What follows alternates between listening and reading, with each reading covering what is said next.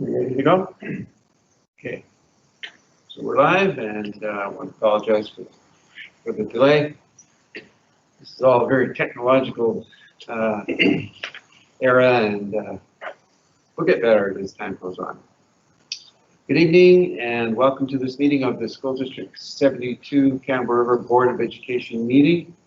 We're here at Timberline Secondary School and acknowledge that we are meeting on the traditional territory of the Mclaughlin people. We want to welcome trustees back to the first regular meeting of this school year. And at the board table, we have Vice Chair John Kerr, trustees Daryl Hagan, Joyce McMahon, Shannon Briggs coming remotely from Sayward, Susan Wilson, who is coming remotely from Quadra Island, and we have Kat Eddy. We also have our superintendent, Dr. Jeremy Morrow, our secretary treasurer, Kevin Patrick. And we have associate superintendents, Morgan Kyle and Phil Sismic.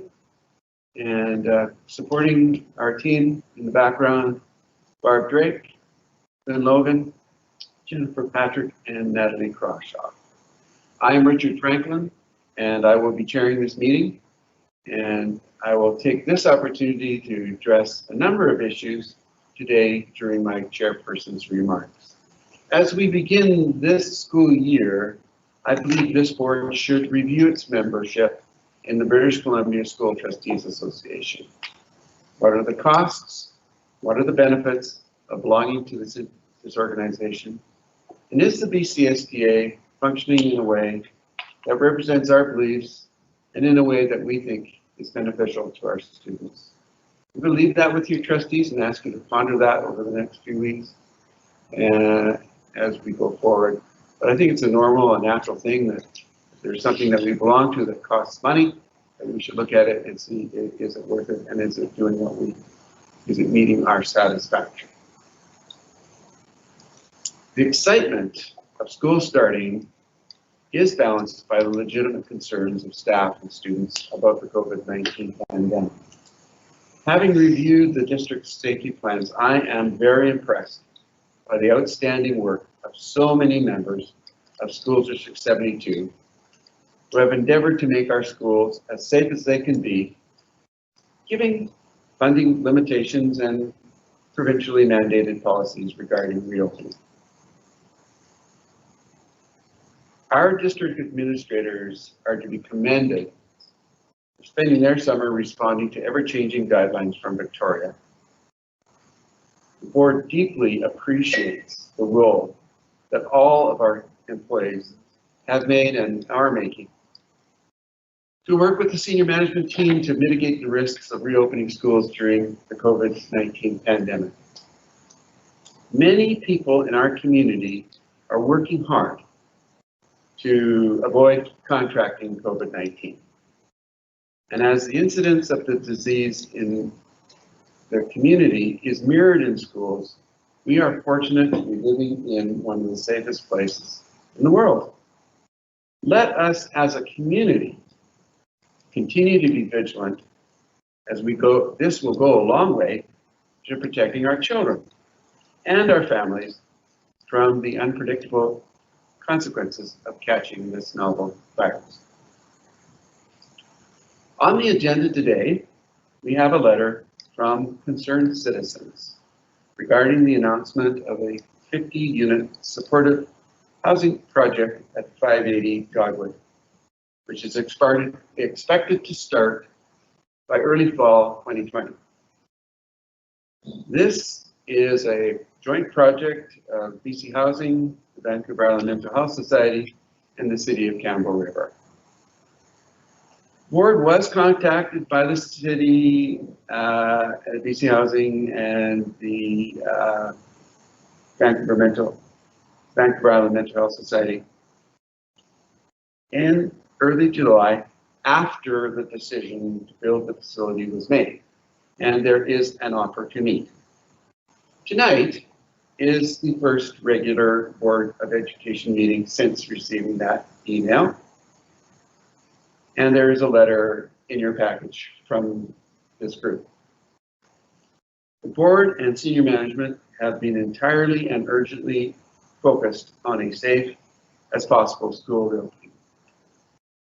The board is a corporate body, and therefore it will be up to the board to decide whether to meet with this group, the city, regarding this project, and to what extent the district should be involved in participating in an advisory committee for the supported housing project. For the record, the Board of Education was not consulted about the location of the supportive housing project prior to the decision being made by the province and city. The Board of Education has met biannually with representatives of the city, and the location of the project and the project itself was never discussed. No doubt there are reasons for this, but I don't know what they are. In my opinion, we can only stretch our administrative resources so far. So I would like the board to think very carefully before committing time and effort into a decision and a project about which we were never consulted. We need to focus on the goals of our strategic plan and those things that are in our locus of control. As for the letter from concerned citizens, I will say that your concerns for the lack of community engagement prior to the decision being made are there, and I do appreciate your concerns for student safety. I do hope that your concerns will be addressed by the city and the provincial government and Vancouver Island Mental Health Society. And please be assured that if the safety concerns you have regarding the safety of students in the neighborhood are manifested, the school district will strongly address those concerns with those responsible for the project. At the end of this meeting, there will be an opportunity for viewers who identify themselves to ask one question each online. We will do our best to answer those questions, but they must be questions that are pertaining to items on our agenda tonight. And finally, as we begin the meeting, let us remember and honor those who walked among us and have passed away over the past school year. Their legacy lives on through the strong, collaborative, and caring culture of School District 72. And now over to Dr. Morrow for his remarks. Thank you, Chair Franklin. Tonight, later on in the agenda, we'll be discussing in more details where we're at with the restart plan. And so my comments at the beginning here will not include those.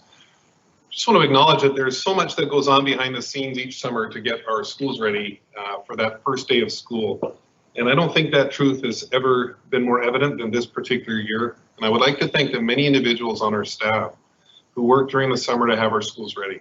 I would like to particularly recognize that this summer has had increased challenges for our school principals and vice principals, as well as for our teachers and educational support staff who, even when they were on holiday, engaged, planned, and pivoted with the new language that came from the Ministry of Education in late July. I want to thank and express some gratitude to Brenda Greer, manager of our local Staples, for ensuring that there's been school supplies and to support the provision of school supplies for students in need. Last week, we had a significant number of families provided necessary school supplies free of charge. And I'm looking forward to hearing from one of our summer school principals who's here tonight. And I would like to thank Sean Mclaughlin and Sarah O'Shaughnessy for preparing the report to the board and for Sean to be here to present it tonight. Last week, we had the opportunity to meet with our new teacher coordinators who spent the week looking at how they can begin to support and serve our students and educators in achieving the goals in our strategic plan. It was great to welcome new and returning employees to these new roles, and I'm excited to have such a committed, powerful group of educators. Lastly, this week, we are all really looking forward to having students once again fill our schools. In spite of the extraordinary challenges of this particular year, I am confident that this will be a great year of learning, and every member of our School District 72 team are thankful for the opportunity to work with our amazing children and young adults And we wanted to start this year by acknowledging the sacred trust that our parents place with us in the education of their children. Thank you. Thank you, Dr. Morrow. Now we're going to move to approve the minutes of the meeting of June 16th. And the motion is that the minutes of the meeting of June 16, 2020 are hereby approved as circulated or amended. Moved by Daryl Hagan and seconded by Kat Eddy. All those in favor, please say aye. Aye. Aye. Those opposed say nay. The motion is carried. And now we will move on to the approval of the minutes of the meeting of August 25th, 2020. And it is that the minutes of the meeting of August 25, 2020 are hereby approved as circulated or amended. Moved, Trustee Kerr, and seconded, Trustee Hagan. Any discussion? All those in favor say aye. Aye. All those opposed say nay. Hearing none, the motion is carried. Now we shall move to business arising from the minutes. Is there any business arising from the minutes? Okay, seeing none. Are there any additions or alterations to the agenda? Trustee Hagan? Two, Yes. under electric and board. Yes? One is on outdoor education, Yes? and the other would be just a report from the activities that I've been involved in. Oh, just activities I've been involved in within meeting some of these groups that we've had. Okay, so you're going to report on some of your meetings? Yeah. Okay.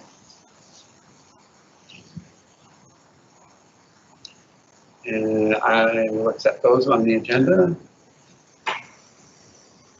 Okay. The motion is that the agenda is hereby approved as circulated or amended. Moved, Kat Eddy. Seconded, Joyce McMahon. Any discussion? All those in favor, say aye. Aye. Those opposed, say nay. Aye. And the motion is carried. Report of the board decisions from the June 16, it would be the report of the decisions from the September 8th confidential meeting, which we just held, and Trustee Kerr. Is now joining. We spoke on matters of legal and personnel. We have completed our deliberations for the evening, so we're done. Thank you. Trustees, we have two pieces of correspondence. One dated July 27, 2020, a letter received from BC Housing, City of Campbell, and Mclaughlin Mental Health Society regarding supportive housing project at 580 Douglas Street. And we also have a letter dated August 10th, 2020, letter received from two concerned citizens regarding the supportive housing project at 580 Dogwood. If there's any action to be taken on this correspondence, I would hear from the trustees. Otherwise, we will receive and file these letters. Trustee Kerr?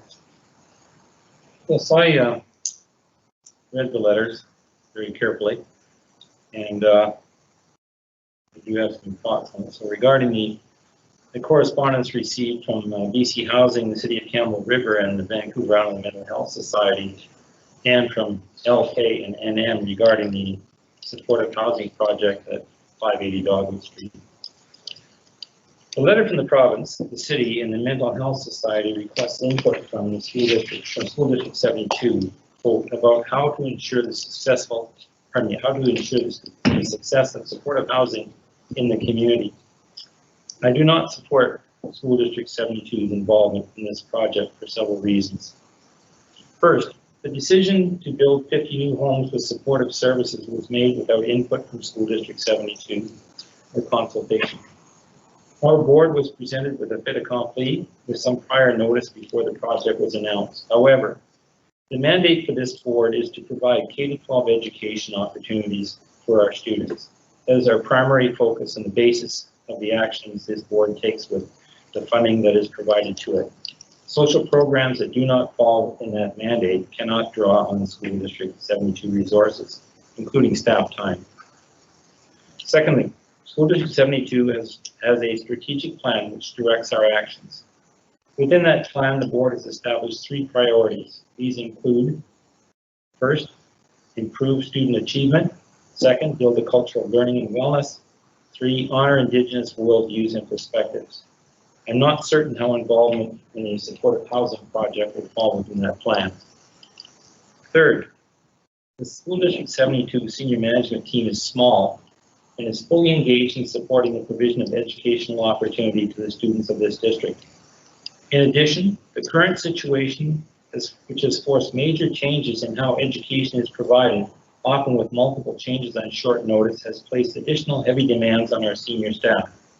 To place additional demands on our educational leaders to develop responses to the request for input on running a successful supportive housing programs is not something I, as a trustee, am prepared to support. Fourth, it is not within the mandate of the school board trustee to comment upon the location of this social project. This decision has already been made by the city and the province and will undoubtedly move ahead. It is also not for me to speculate on the social consequences of placing a supportive housing facility at this location. However, responsibility for those decisions will rest upon those who made them, and while I would hope that all works out as delineated in the letter, I will withhold my judgment until we see how things work out in this regard. I read carefully the letter from LK and NM. Again, it is not within my mandate as a board trustee to comment on this project. I would note, however, that I fully understand the writer's concerns with what they say is a lack of consultation and their concerns with the possible effects on this project on School District 72 and schools, and the possible social consequences of this project on the neighborhood. It remains to be seen whether these issues can be addressed to the satisfaction of the people in the neighborhood. Whether these issues are satisfactorily addressed will be seen in the fullness of time. The consequences, positive or negative, of this decision to place this facility at this location will accrue to those who bear responsibility for this decision. My hope is that this project and the neighborhood are able to successfully overcome their difficulties and that it is a positive asset to the community. Thank you. Any further comments? Hearing none, we shall receive and file this correspondence. And now we're going to invite Sean Mclaughlin, co-principal of Summer School, to make his presentation to the board. Thank you.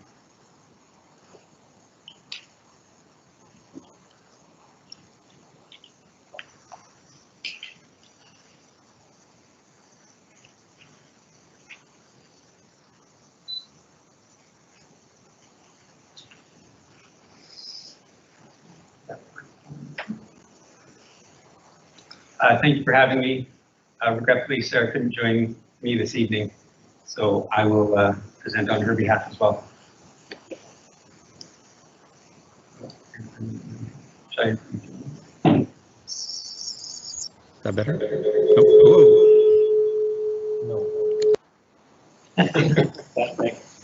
Oh, okay. Just tell me what you guys. Okay. So just a brief overview.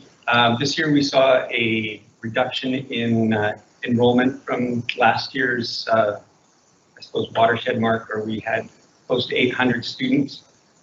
This year we had some fewer programs, and we condensed into 4 schools this year. So we hosted out of Phoenix, Cedar, Robron Center, and Penfield. For elementary, we offered 13 programs. And we had 296 students enrolled in a variety of programs. And many of them, due to what we were working with this year, they were able to take place outside, which was really nice to see. And if you were trying to catch up with with a program or a teacher, you had to be there first thing in the morning sometimes because they were off for the day exploring in the forest or down at various locations. So they some examples of some of the artwork they created.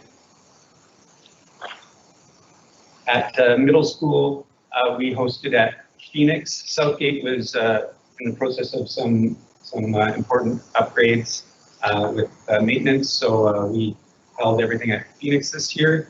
We had 99 students, and while middle school prep was extremely important this year, as a lot of the grade 5s didn't have the traditional sort of welcoming to their middle schools. So the prep course was really important this year, and parents were really grateful for that. We also held a jam camp for the first time, and by the end of the 2 weeks, it was really nice. The teacher, Mr. Shields, hosted an open air concert again so that some parents could come to watch their kids perform in a physically distanced way. So it was really nice to see them play some Bob Marley. And this is the pictures from their from the event. Secondary was held at Phoenix as well. We really like the setup at Phoenix this year for many reasons. A lot of them being that most classrooms had their own exterior doors, so we were able to take advantage of having an entry and exit point for each classroom, and that was really, we found that to be really helpful. We had 87 students enrolled in secondary math courses, and probably the most popular course again this year was our Math 9 and Math 9 Prep. Due to demand, we were able to offer 2 sections of the Math 9, as well as the Math 10 pre-calculus foundations.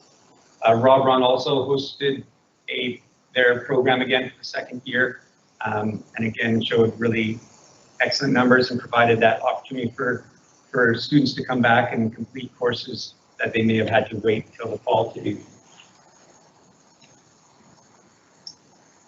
We solicited feedback, of course, from students, parents, and teachers, asking what they enjoyed about summer school, how we might be able to improve it, and if they had any additional comments. And I'll just share a few pieces from there. Most were just thankful for the opportunity. All the teachers we had were so passionate about what they were doing, and you could see a lot of that joy resonate in their programs. The students loved being outside and in nature. Connecting with friends was so important for them, and meeting new people, and having the chance to finish the year. A lot of them felt on that sort of high. One of my takeaways was watching kids play again and be with friends and recallus their hands on monkey bars that had been unused for several months. It was nice to see. For middle school and students and parents, they loved the passionate teachers, small class sizes, the opportunity to work with new technology, and to prepare. A lot of them felt relief being able to prepare for that Math 9 class, so they really appreciated that. Suggestions for change included offering more seats and more programs, a later start in the morning, and to extend the length of summer school for deeper learning. In the past, last year, for example, middle school programs were not as well attended. This elementary was really strong, and middle school less so. But this year, I think the fact that we were out for a few months really encouraged students to want to come back to school. From the secondary, again, small class sizes was a strong theme as well. They loved the atmosphere and the new ways of learning with math, and our math teachers did a brilliant job because they were tasked with sometimes, in order to make sure that we were meeting all of our learners' needs, offering more than one course, and having that experience using Teams in the spring. I found that they were able to, some of them were able to offer some programming on Teams, and then some face-to-face. It was quite remarkable what they're able to do. Again, students would like longer breaks for food, increased parent communication, of course, time to review concepts, were some of their feedback. Again, this year, we had a strong group of teachers, and overwhelmingly they felt the class sizes were appropriate, assessment was suitable, and they felt supported, and every teacher said they would like to teach summer school again, so we're happy with that. Things that worked well, they love the flexibility to structure the program in ways that work for the students, and having creative control to allow some students to finish early due to hard work or achievement, so they could spend more time with students that needed it. That was from the math cohort, that comment, but I really thought that was really good. In terms of budget, you know, this was touch and go, and Morgan and Sarah and I had many conversations trying to determine what summer school was going to look like if we were going to be able to run it. So we were restricted by class size and physical distancing, so we made sure that class sizes were capped no more than 15, and many were smaller than that. Again, there is teachers' wages increased, but there was no increase to per student funding. But in spite of that, we only ran a relatively small deficit, just over $7,000, and through our summer school savings account, we'll be able to remain revenue neutral. So we were quite happy with how we were able to manage our budget. Recommendations, we felt the same way last year, Sarah and I, that we appreciated starting early, and we started meeting in February. So the principalship, it's nice if they had notice to prepare, and that would be something that we would recommend.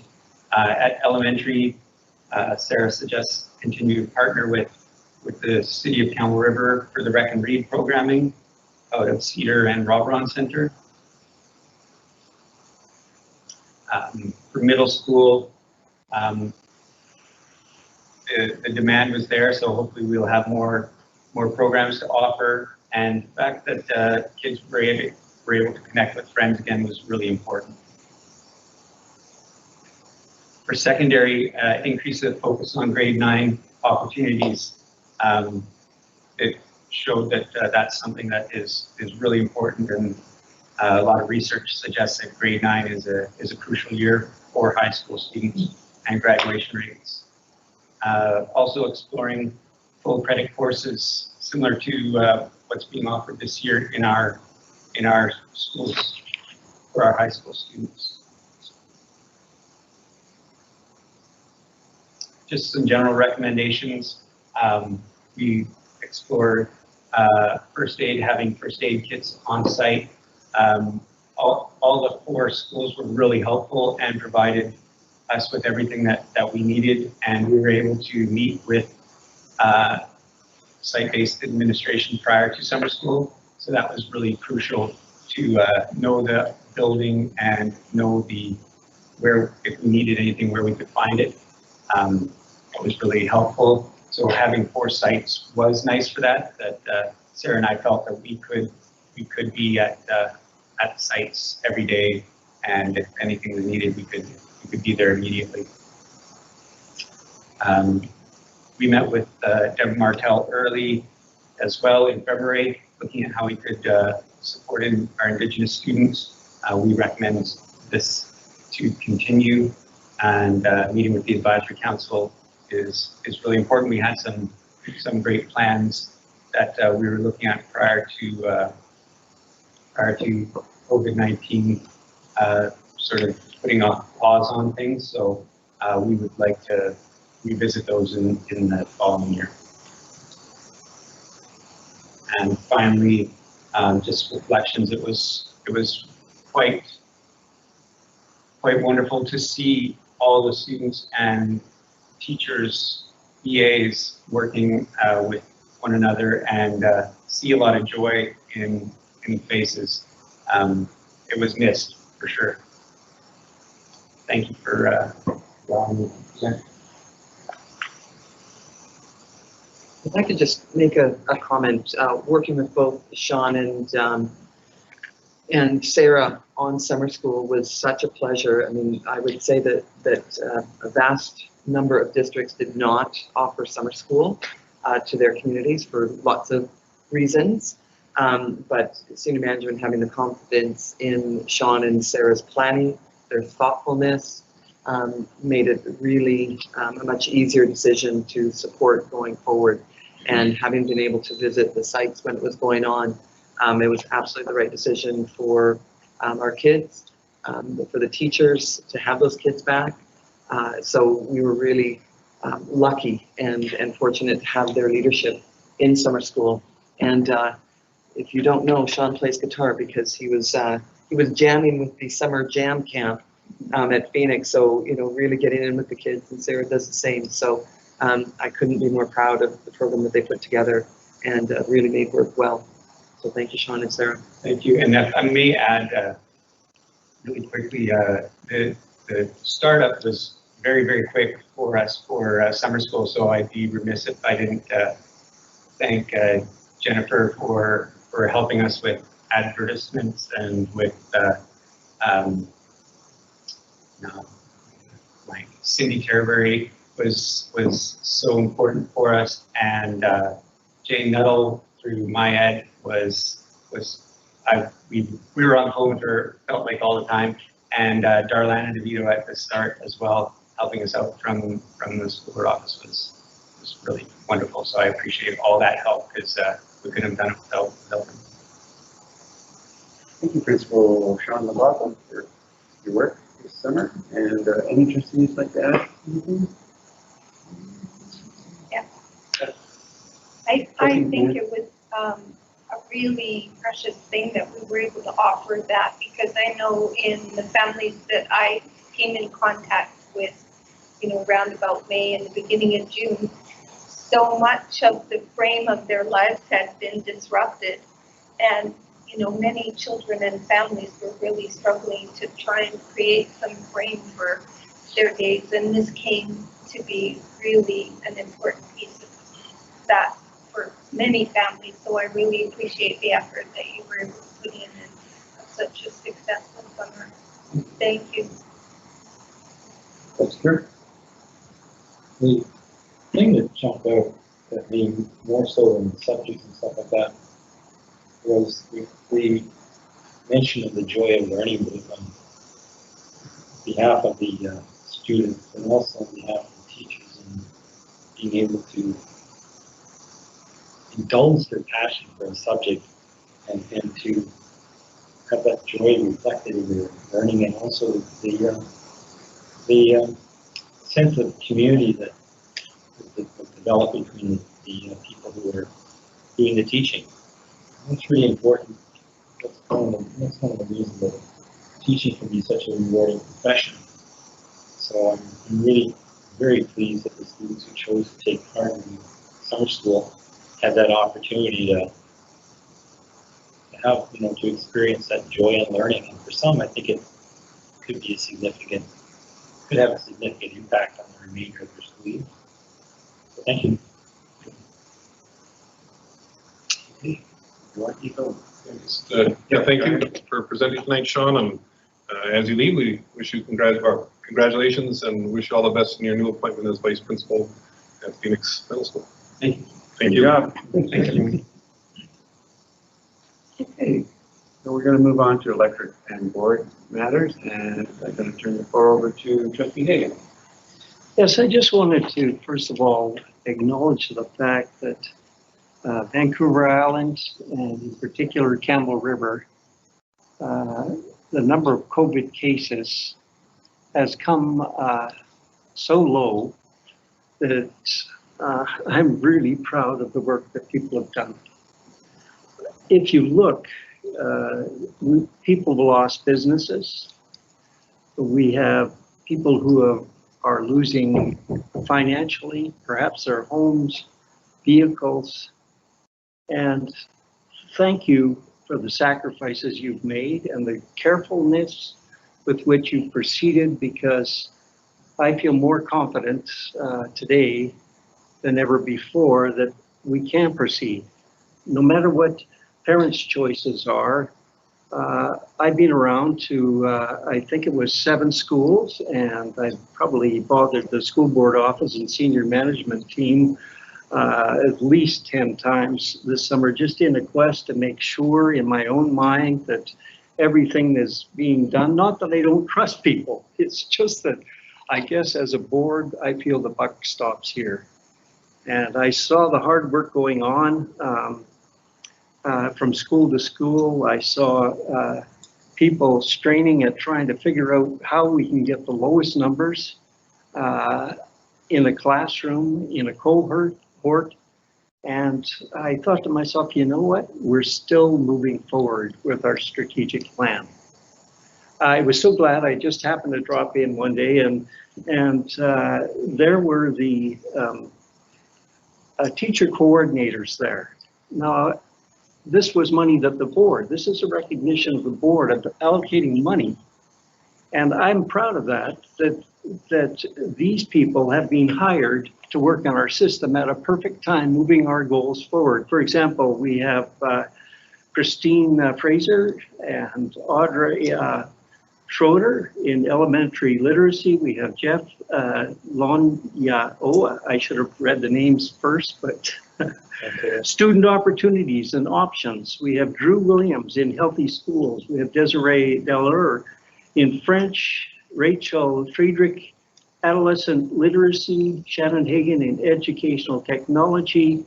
We have Jillian Kirk in Indigenous cultural resource, and Kim Sticks in English language learner, Kathy Fowler, district teacher librarian. And I got to meet all of these people. They were excited. I could tell that, but just imagine now, we're still moving forward with our strategic plan and our options of building a better education system in this district.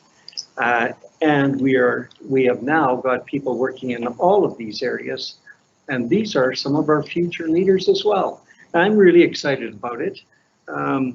There's a lot of things, activity that I see going around the district, but I want parents to understand that this senior management team and the schools and the teachers and the QP staff have been working constantly in their minds and at the school board office, and often not even asking for any credit or anything else. But I want to say thank you, and I'm very proud of Campbell River, first of all, for giving us a good opportunity for a good start and to keep it up. We are going to present the best education program, whether you keep your kids at home or if you send them to school. I was excited to hear that we have 2 federal funding, a bunch of money that we're getting in our district from the federal government, and then we have the provincial government that is giving us money to help us through this COVID period. And I'm excited that we're going to be moving towards our educational outcomes. And that leads me to what I wanted to talk about, and that was, I really believe that we need to somehow decompress the classroom. And if we can create a long-lasting legacy in the midst of chaos, I think we should try for it. We should go for it. And that for me would be supporting outdoor education with some money, with some funding, so that we can move forward with a longer lasting outdoor education program that would go beyond COVID, but would still meet some of the needs of people who are concerned about space and being outside and those kinds of things. And so I would like to make a motion that we put $250,000 aside, up to $250,000 to towards outdoor education resource. Any idea where that money would come from? Yes, I believe we have money from the federal government coming to help us with COVID relief. And so that's, if we use it for that, I think that it would create two things, a long-lasting legacy as well as money that we could be spending right now. All right, that's the mover. Do I hear a seconder? Joyce. Joyce McMahon seconds the motion. Okay. First to speak for the motion would be the mover and then the seconder. We'll go on from there. I think that there's been some work done in this area already by some schools. There's been some interest across the province. And I've seen what going outside, taking your math class, for instance, outside, and you were actually using the physical outdoors to create your math problems. And some children learn differently than others. That's the same reason we have music programs, is because they have a different way of thinking about things. And it's all good. So if you were to take a science program, or whichever program you wanted to have, but if we had some resources which would allow each school to move forward in this area, perhaps it's physical structures that we put, so that we can take the children outside, even in weather that's Campbell River weather, and go forward with that amount. Ben? Yes, I'm definitely a huge enthusiast for both outdoor education and education outside, which I think you made a point of last meeting can be quite different.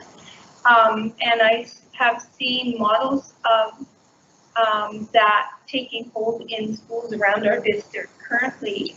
I very much support any movement toward that. I'm not certain why we need $250,000 though. I'm not sure what your intentions were in terms of directing that funding.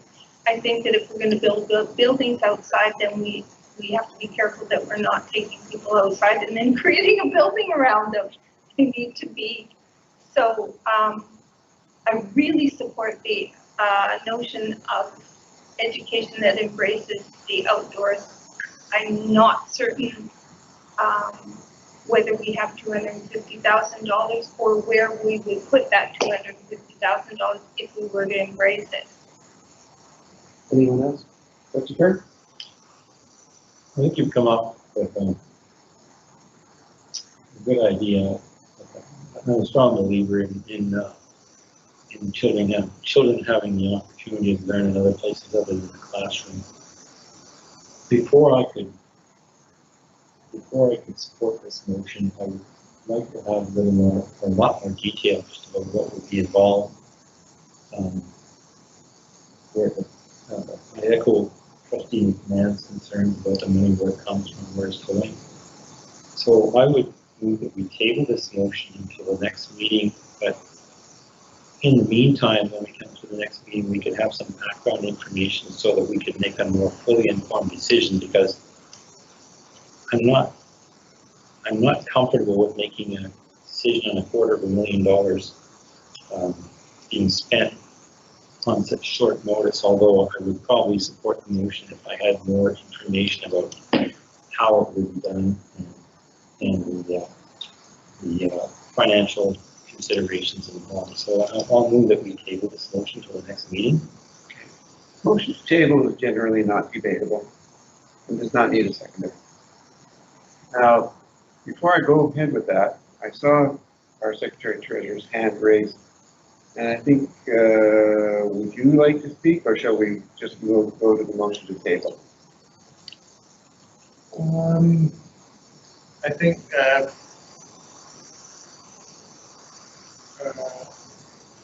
I can speak to it, which will, I think will help. So within the federal guidelines for criteria what qualifies and what can be spent on the federal funding grants.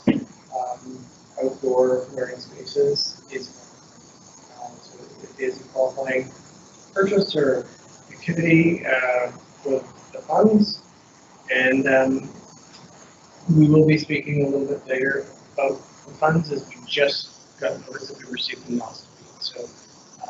So it definitely can be worked into funding. It can be worked into planning. As you'll find out in a little bit, we haven't completed full planning yet, but I believe under direction from the board or hearing the interest from the board, we can start working that into what the plans are. Okay. There's a motion to table. All in favor of tabling the motion to the next meeting? 1, 2, 3. And Shannon Briggs, 4. Okay, the motion to table is carried. Will be brought forward at the next meeting, and we will have more information about what the district's plans were, and that's something that I would just think would be worthwhile. We know that these funds can be used for outdoor education, that Mr. Hagan speaks very eloquently about the facility of outdoor education, and Trustee McMahon did too. Perhaps the administration could come back to us with a plan and a number that is in that ballpark, or do we need more or do we need less? We don't know. So next meeting we'll get that report, and then we'll raise the issue again. Okay, thank you, Trustee Hagan. And now we're going to go to Dr. Jeremy Morrow for a update on the school restart. Thank you, Chair Franklin. Tonight we'll have Secretary Treasurer Kevin Patrick share a little bit about the federal funding. We'll have Associate Superintendent Phil Sismic give an update on where we're at with PPE and facilities, and we'll ask Morgan, Associate Superintendent Morgan Kyle, to speak to eBlend, EBOS, and French immersion. So we have managed to get almost every single family of elementary and middle to indicate where their children will be returning to in September. We have 87% of our elementary and middle families indicating that their children will return to a full return to classes. We have approximately 11%, a little over 11% will be pursuing the eBlend hub option, and we have approximately 2% of families that are still at this time unsure about what their choices will be. We do not have up-to-date information for our secondary schools. There's still so many, there's a significant number of families that have not yet responded, and we're still reaching out. The preliminary results that came in earlier indicated a very high full return to classes, but only approximately 50% of respondents were in that. So we're not sure where that will be, and we'll update trustees when we get that information.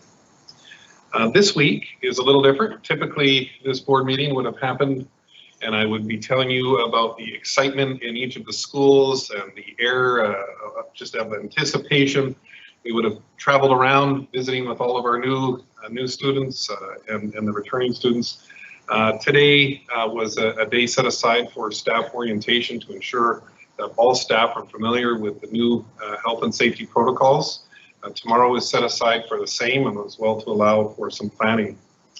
We will be welcoming all students for a full return to schools next Monday on September the 14th.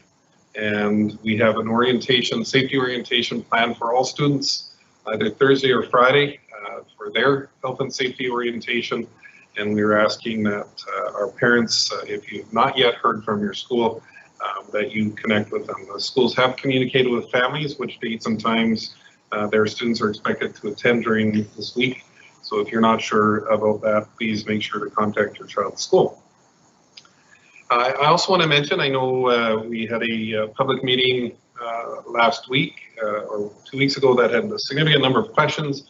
I will just point out that there is now an updated frequently asked question sheet under the return to school plan that is posted on our website as well. For those parents and families that are interested or concerned, we have our extensive health and safety protocols that are available as well online. And so please, if at any time, if you looked at those resources and still have questions, that you contact your child's school or the board office. We want to make sure that we've provided reassurance and that we've responded to concerns.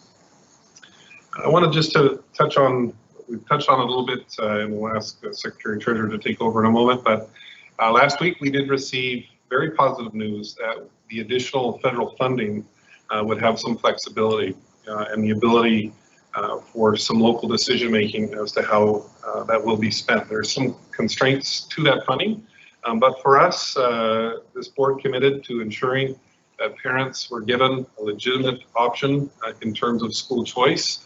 And so with the significant additional interest in our eBlend program, we are hopeful that the federal funding will help us to hire additional eBlend staff. An example of that would be an elementary school where 30 students have chosen to take eBlend, that we would hire a teacher, an additional teacher for that school, rather than reconfiguring pre-existing divisions. And that will allow for effectively a reduction of approximately 10% of the school population class by class. So we're hopeful that that will create additional opportunities to manage physical distancing to the best of our capacity. And so we're hopeful that those additional hires will alleviate some of that concern.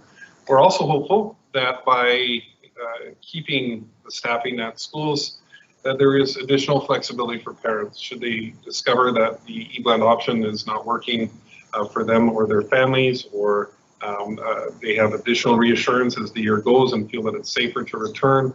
We're hopeful that those additional seats will still be open for parents to make that decision partway through the school year where it is possible. I will also point out that not every school will generate its own eBlend hub. So a school that has, for example, we have an elementary school that has 6 students choosing eBlend, that will get partnered with another school. That staff member will not be specific to that school, but will still provide, and still those 6 students will still remain connected to their school. And that teacher will share between 2 sites. So that additional federal funding ultimately will allow us to hire enough staff that we can support the majority of our eBlend requests, and then the additional eBlend requests will be supported through reconfiguration of some divisions.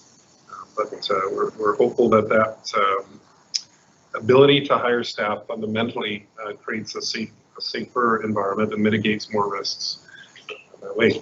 Kevin, if you will, give us an update on how that federal funding works and what we can expect there. Sure. We got confirmation last week that the federal grants are going to be provided to the school districts. The Campbell River has been provided with $972,000 in the first tranche. So these are being provided to school districts as one-time fees or one-time funding for the first school year, 2020-2021. The funding is going to be provided in 2 tranches, one in September and then one in December. So we have the September amount confirmed. We have been told that it should be about the same for the second tranche. Could be hopefully a little bit more, but there's also the chance that it's just potentially a little bit less. So as soon as we get that confirmation, we'll pass that along to the board. So it is a substantial amount. It's being provided to the school district as a special purpose fund, which means it needs to be specifically spent on school restart and COVID. They call it federal safe return to class 1. And we'll also have to report on it. If we don't spend it, then we don't keep the money through this school year. So, and we were happy when we did receive some of the details on it, because we heard that it was going to be related to health and safety, and transportation and cleaning. And the board did receive an amount from the provincial government a few weeks earlier that also covered some of those costs in the amount of $462,000 for provincial government one. So this is definitely a nice addition too, with the first one taking and looking after a good amount of the cleaning issues that we had raising, technology support. The federal grant will provide funding for additional items. So they have identified learning resources and supports. They speak of, and these are options for us to look at. So implementation of online and remote learning, hiring additional teachers and staff for Indigenous students, mental health and support for staff and students, health and safety trainings, additional staff and salary costs for additional cleaning, physical barriers, other hard costs for safety purposes, machines to help with cleaning as well. We'll also look at transportation. It's fairly open. So at this point, as Superintendent Morrow has mentioned, we have identified some staffing options that we will apply this to, and we will have to proceed with further planning. So outdoor space definitely can be part of that planning. Now, we will have to do it with a little bit of a caution, just being that we don't know absolutely for sure that the second tranche will be equal to. So we'll just have to have a little bit of a conservative planning with that. But I think we definitely will take advantage. There's a lot of need, and we will hopefully work out the plans fairly quickly so that we can get those resources moving and get them in place to support the staff and the students. And yeah, so it definitely is a nice addition for this school. Great, thank you. And, Associate Phil, Mrs. Mick, if you could give us an update on PPE. Well, we've been working hard to ensure that each of our sites is ready for students and staff. And I really need to commend our operations department, our custodial crew, and our site-based administrators who have been working hard throughout the summer. The bulk of the work was done for our June startup, but there were things that they noticed, lessons learned, and they've been working really hard to make sure that our sites are as safe as possible. We've distributed about 700 PPE kits to our employees, and that included a face mask, a face shield, and some hand sanitizer. We're in the middle of processing 6,000 student face masks. We've purchased enough face masks for each student in the district. Our bus drivers right now are processing those. We've committed to, at our elementary schools, daytime custodial support, because usually in the past the custodians didn't start till 2:30, and so our bus drivers are getting training on that. We're going to be using our bus drivers, who are our part-time bus drivers, to provide that support, and they're receiving training this week. We established protocols for our June startup, and we've been reviewing those, and we're constantly going to be reviewing and updating those as new protocols come from the BC Centre for Disease Control, but also as we get questions, and we want to make them as clear as possible. And when you initially write them, you can't think of every little scenario. You try and cover the big things, and as questions come, we'll be updating the protocol so everybody understands what the expectations are. All our contracted staff are receiving site-based orientations. We're in the process of doing a district orientation for our teachers teaching on call and our casual support staffs, and that will be happening this week.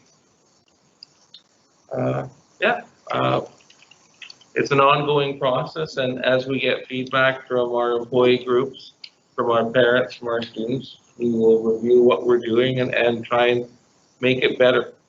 Every day our goal is to make it safer than it was yesterday. Kyle, would you give us an update on French immersion, and then questions? If we're speaking specifically about French immersion for those families that have chosen eBlend, I want to assure the public that we are absolutely looking into supporting those families that have made that decision, and we have been for some time. If you can imagine that there's not been an infrastructure for French immersion because there's never been the demand for it on a remote or distributed learning needs. So while we are finding teachers to be able to do it, we're also building the infrastructure to be able to make sure that we're addressing those needs. We're working with other districts to look at what programs are already in place, and not surprisingly, French immersion infrastructures are not in other districts as well. So, but what I can assure people is that we are absolutely addressing those needs for French immersion. We're identifying suitable teachers that can teach the language, and we're committed to addressing those desires from families. We're still gathering the data as to how many students we're looking at doing that with, but as you can well imagine, it's a language-based program. So looking at how are we going to build this so that we are improving and providing the immersion experience remotely. It's a little bit more challenging, obviously, than in class. In high school, we'll also be looking at being able to do that, and may on some levels. But many of the classes that high school students take are in English. It's the français langue that we have to look at, as well as in grade 9, the academics that are offered in French as well. So we're still working on it. We're confident that we'll be able to meet the majority of the needs, if not all, but there is absolutely a plan in place for that. Well, thank you for the reports. Okay, now we're going to move on to, yes, sorry. A couple questions. Could you just run by me again, whoever would know, of the classroom sizes that would progress through the district with, say, 10% not being in the classroom? So elementary would be around what number? I'm not talking. You want to go through because we have different, so kindergarten. Well, kindergarten, the max is 20, depending on if there are students with special needs in there. So I think it's safe to say that the kindergarten classes, and it's not necessarily straight across the board, but probably on average, are down probably 2 or 3 by that number if we're using the 10% model. Our primary classes, the max is 22. So once again, you're probably looking at 2 or 3 less in those grades. And our intermediate classes, the max without any students with special needs is 28. So I think across the board, it's safe to say that the classes will be 2 to 3 students less than they normally would be. And that it's important to note that a lot of schools weren't at max to start with. So some of our classes may be quite small. I've heard positive things from teacher. I think Dr. Morrow alluded to an email he got from a primary teacher today, just breathing that sigh of relief and talking about teacher anxiety and parent anxiety, and the relief knowing that as they start up in September, they're going into a slightly smaller classroom environment, and just to help make that transition smoother. The reason I asked the question is because many older parents still remember the time when the classroom sizes were a lot larger, and they're trying to imagine that many kids in a classroom. And the reason I ask it is just so that we can publicly say, you know, it's relatively smaller than what it used to be, because classroom size language has changed, and it will make it for those teachers hopefully a little bit easier to manage keeping smaller kids apart and those kinds of things. The other question I had was on cleaning protocols, and what I was wondering is there a special training now? Because this is cleaning like I've never seen it before. I noticed last time we had a meeting, there were lots of questions about cleaning. Now, I was just thinking that, you know, when something new like this comes up, do we take our directions from somebody else, or do we have a special person who can come in and talk about training and cleaning? All the guidelines are set out in the BC Centre Disease Control. They've got a guideline, I think it's called Cleaning in Public Settings, and it covers schools, daycares, even buses, and it establishes the protocol for, it really is about the chemicals more than the actual cleaning technique. All our regular custodians have to get a BSW. It's a building, I forget what the acronym stands for, but it goes through cleaning protocols, safety and such. Our bus drivers are getting trained on the actual cleaning techniques and protocols, but really the focus is on the WMIS and understanding the data safety sheets as we're dealing with the chemicals. And so all the chemicals are guided by what Health Canada establishes as COVID appropriate or COVID effective chemicals. And so we're taking from that list and establishing our protocols here based on the available chemicals.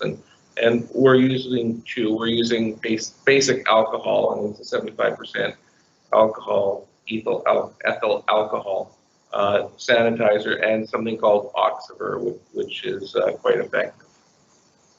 Thank you. Okay, we're going to move on to item 13, business administration. Kevin Patrick, you're going to talk about financial audit and internally restricted surplus. Yeah, we're just, we've recently finished up our audit and our financial statements as of June 30th, 2020. And at the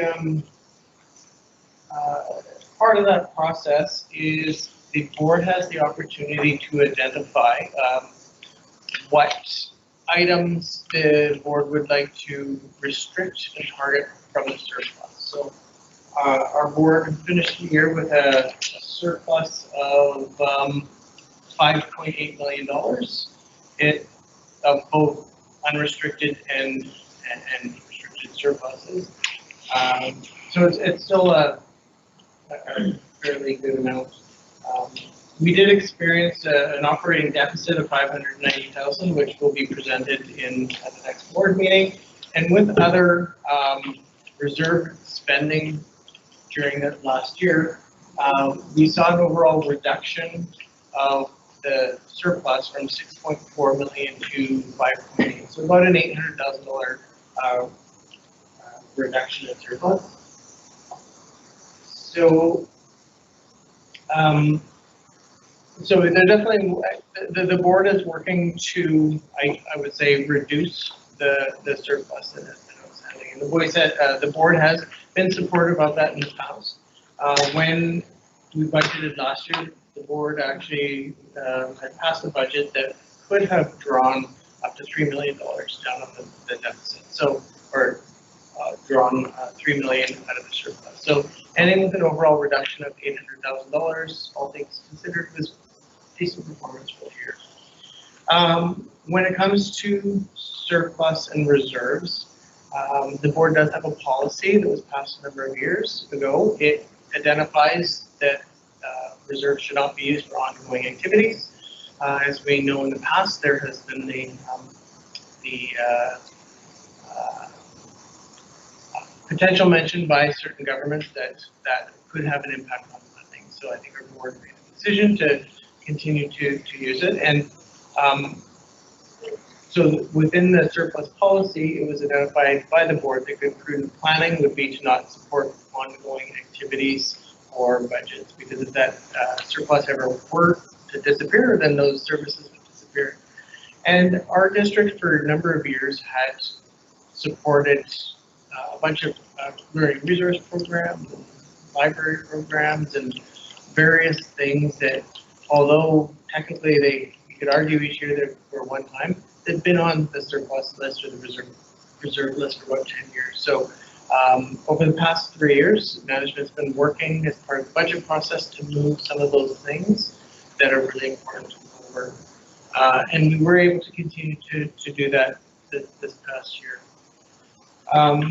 So on that, One of the new items that has been moved from the reserves over to the budget, and this occurred in the spring, was $175,000 in learning resources was moved off of the annual reserve restrictions. You've got some reports there. Another important thing that was in the surplus policy is the board had identified about a maximum of a 2% contingency emergency. So contingency emergency is there for any number of potential unexpected deficits or loss of funding. So in the past, we had annual facility grant was canceled mid-year. Another potential could be coming up if we find that our funding student numbers have fallen. The board potentially could access emergency contingency. And again, there's a reasonable amount, there's too much and there's too little. So when the board developed policy, 2% was considered to be an appropriate emergency contingency. So that has been adjusted to 1.1 million dollars, just actually up maybe like $20,000 from last year. So I have on the screen sharing with the public, but in your binder, it's the schedule of internally restricted reserves. So we have the list is there. You can see that there's a few items that continue from prior. The top item, the education implementation training, that's the last one that's kind of been on an annual basis. We used to have about 5 items that would continually show up. We've been able to move most of them over to budget, but that's the last one that really, I wouldn't say is in compliance with that policy, but hopefully we can move it over next year. Some of the other programs on here, international program, is the money that they make. A small amount is taken for administration, but an amount has been left in there for them to support their program, barring any emergent issues. And this year is an example of one where the unexpected reduction in international students means that this amount can continue to sustain services and programs so that when this ends, hopefully we can have a resumption of a robust international program. Surplus required to balance budget, that was approved by the board last year. I won't go through all of them. Indigenous Ed program, that is the only item that is externally restricted. So when we're given that money by the province, all Indigenous education dollars need to be spent on Indigenous education services. We are asked to identify it in this format. Everything else is discretionary. Some things though, like White Fleet comes up, 2 new vehicles this year, secondary school capital. We tried it last year, it proved to be an effective program for the secondary schools. We'd like to continue it this year. Custodial equipment. So these are kind of one-time items. A purchase of a capital item, it doesn't need to be again next year. For the new proposals, we continue the trend. The voice over IP, our telephone system needs an overhaul. End of life for our VoIP system, but we actually had some legacy phones, Nortel phones from ages, decades ago actually. So this proposal right here will be able to replace the whole thing. In the past, we've tried to do it do a little bit each year, and we found that wasn't effective because by the time you finish in your last school, it needs to be replaced. So we're going to approach this as a program to replace the whole thing. IT budget, no, IT budget. This is really positive because with the 3-year IT budget or IT plan, it was renewal.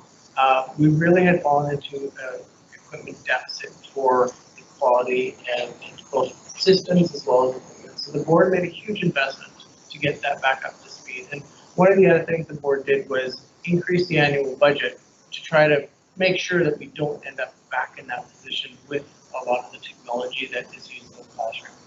So with that in mind, when you first buy the computers, you don't need to replace it. But we are getting to that point where we will have to replace it. So the IT department, when they did their planning, identified that this $100,000 isn't needed in the 1920 year. It will be needed in the future years. So they have underspent and allowed that for accumulation to replace devices in the future. So that was pretty good. So overall, we have identified $3.7 million in identified restrictions. That will leave the board with a $2 million unrestricted reserve. The impact on that is the board had typically used a third to offset an operating deficit. So as that shrinks from 2.8 million down to 2 million, it will have a little bit of an impact on that, the ability for the annual budget. So bring us to the board. If the board approves this tonight, then I work it into the financial statements. It shows up as a note and it shows up in a couple other places. And it'll kind of be written into the financial statements for the next year and for use of this current school year. So I believe I've covered everything that with the reserves and the history and where we're at. Thank you. Are there any questions for our Secretary Treasurer? Yes. So Kevin, just as a question, had we not received that federal and provincial funding to offset some of the COVID-related costs, would we have been in a different position as far as how much, obviously how much we had in reserve? Well, I guess my question, I'm framing it to ask, should we not receive more money from the federal and provincial government and this continues to stretch on? Should we have a little bit more in unrestricted reserves to cover over operating costs if we need to increase custodial and stuff without any more money, basically? Yeah, so that definitely is a potential. So we are receiving additional federal funds, but we are adding services to match those funds. So it really depends on what the health and safety protocols and requirements are at that time. If we were asked to provide services that we are without the federal funding, then we would be eating into the deficit. But the board's required to balance the budget and provide a balanced budget. So there are spending limitations on what the school district can do, and this provides some flexibility, and so it is and can be future flexibility. So again, it's kind of hard to say this surplus is a result from last year's spending. It would impact future spending by choosing to maybe do less to have a larger unrestricted reserve, or by potentially even identifying X amount for COVID related. We did talk about COVID related expenses as far as working it into here, but we were doing that right when we were getting some of the details on the federal funding. So, so yes, it could have an impact. This will help in the future. I think we felt at this point, with the federal funding, at this point, we didn't need to set aside anything additional from the reserves for COVID related, but we may need to in the future. And the first approach or first time that we'll be looking at that, we'll come up with the next preliminary budget for next year. So sort of March, April, spring of next year, we will have to assess the next year, what funding we're expected to get, and possibly start addressing those levels. Trustee Hagan, you have a question? Yes, I do. The two different funds, the one from the provincial government, one from the federal government, are they held in separate portfolios with their own mandate, or how are you dealing with those? We are given a dollar, we're told what to use it, how to use it, and when to report on it. So both of them are going to be held in a special purpose fund, and we will have to prove spending, and so make sure it's in compliance and report on it. Thank you. There's a motion I suggest a motion that the 2019-2020 schedule of internally restricted reserves be accepted as presented. So I have a mover by Trustee Hagan and seconded by Trustee Kerr. Any discussion?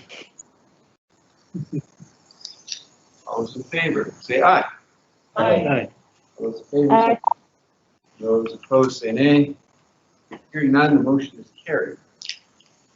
Okay, now we're going to move into the live question and answer section. Now we're going to open that up now, and folks can ask the question.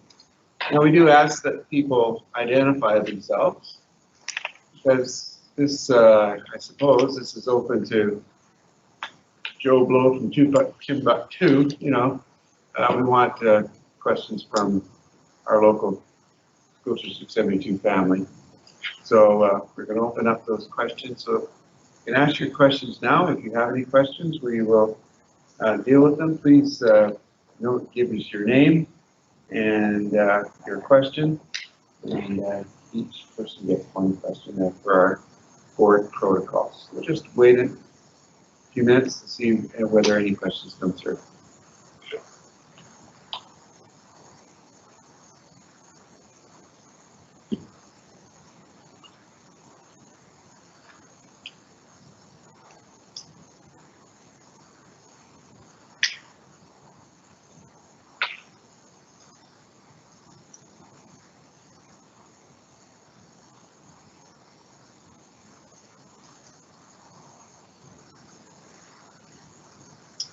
Must be a hockey game on tonight.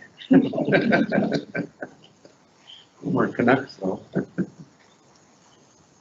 It is funny that all we can hear is. I think all the telephone calls that principals and teachers have made over the last while answered a lot of questions that were in the background. Yeah. And that's a very good point.